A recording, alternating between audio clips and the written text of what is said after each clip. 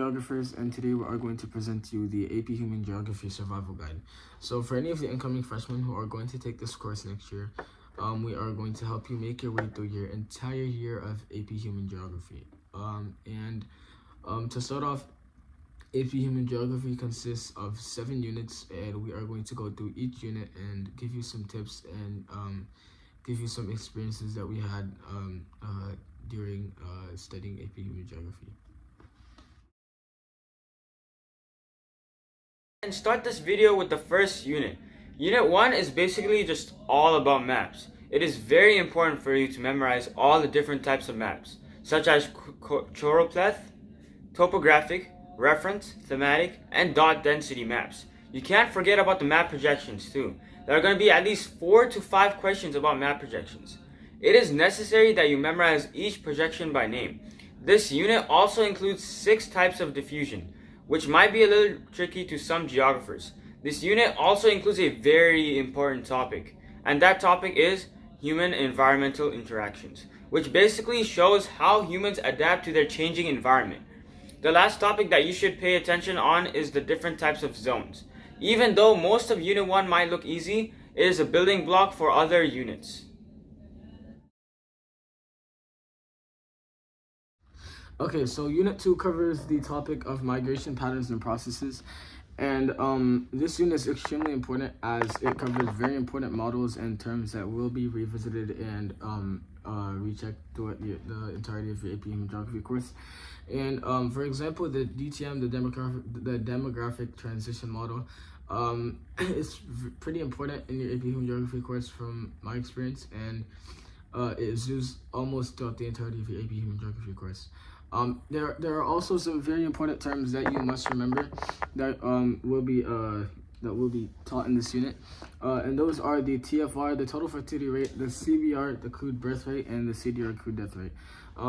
This unit also consists of the Malthusian theory, which is pretty important in human geography, and it is very important to focus on this unit and make sure that you understand each model, each term, and each theory.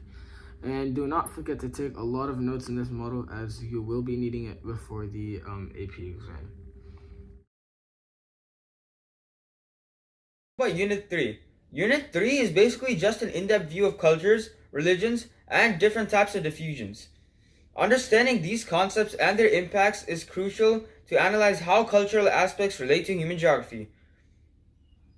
The religion part didn't require much effort, since I already had some background information on them. I also had some background information about different cultures and how they shape their landscapes. But some stuff need more understanding. Terms like ethnocentric approach, centrifugal force, secularization, and time-space convergence all took me some time to understand. It is always important to remember that you should take breaks while studying, since it gives some time for you to relax and process the information that you are studying. As long as you memorize all the terms, you could ace this unit, just like me.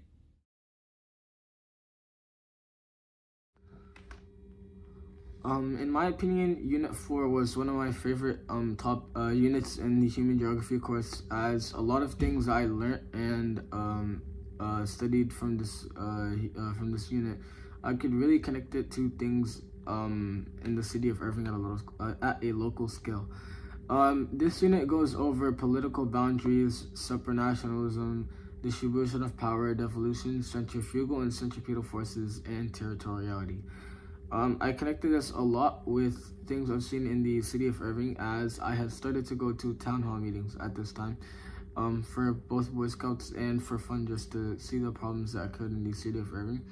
And some things that I noticed were that a lot of citizens had complaints about different problems in the city of Irving. For example, the city of Irving had to remove a pool from a park because of cost of maintenance and cost of filling up the pool, and just other issues like that. And I connected this to the idea of centrifugal forces, and I was like really amazed to see that things I learned off the textbook and things I learned in this unit actually connected to like things I could notice in real life. And also I asked the councilman about the practices of redlining and blockbusting, And I was actually pretty surprised to hear that these events actually happened a long time ago. And overall, I was just amazed to see how things that I learned in the textbook actually connected to things I could notice in real life. Okay, so here comes the most hated topic in the whole of human geography, which is agriculture. And the most important things that you will learn in this topic are the Green Revolution, Agricultural Revolution, possibilism, environmentalism, and sustainability, and how the Green Revolution and Agricultural Revolution affected practices that farmers used to use and stuff like that. And this topic is very long and contains an overwhelming amount of information, and it will probably bore you out in the first 2 or 3 days. And I really have no advice to get through this unit, but what I did is I studied at home, took notes at home, and watched Mr. Sen videos, and yeah. Unit 5, Unit 6 is also annoying. This unit focuses on a topic that no one really takes seriously. Oh yeah, you guessed it, it's urbanization! For me, this was probably the most annoying unit ever. It's not because it's hard or anything, I just don't like anything to do with cities, urbanization, or land use. Even though this unit might be annoying, it is important for you to still pay attention. I could connect urbanization with my uncle's city. When my uncle built his house over there weren't many people, and the whole area was kind of like a rural area. After like a decade or two, Gainesville became a tourist spot and started getting urbanized. This is by far the smallest unit you'll ever study, and you're probably only gonna have like 5 pages of notes maximum. And there are some things you should not do in this unit, and this unit is pretty simple, but you should definitely not give up at the end of the year. You could be like, I understand that you could be reviewing for your AP exam, but like in sports, in like in basketball, when you take a shot, there's a follow through. You should always follow through with your studies. You should always follow through with your courses, and you should never just get lazy at the end and then stop finishing your assignments and stuff like that. And getting lazy is not worth repeating the course next year or getting a lower grade. So you should definitely finish your assignments at this unit and review and do your work side by side. You just have to give it that final push till the end of the AP exam. We finally reached the end. Now you probably think I would summarize all 7 units, but that would be boring.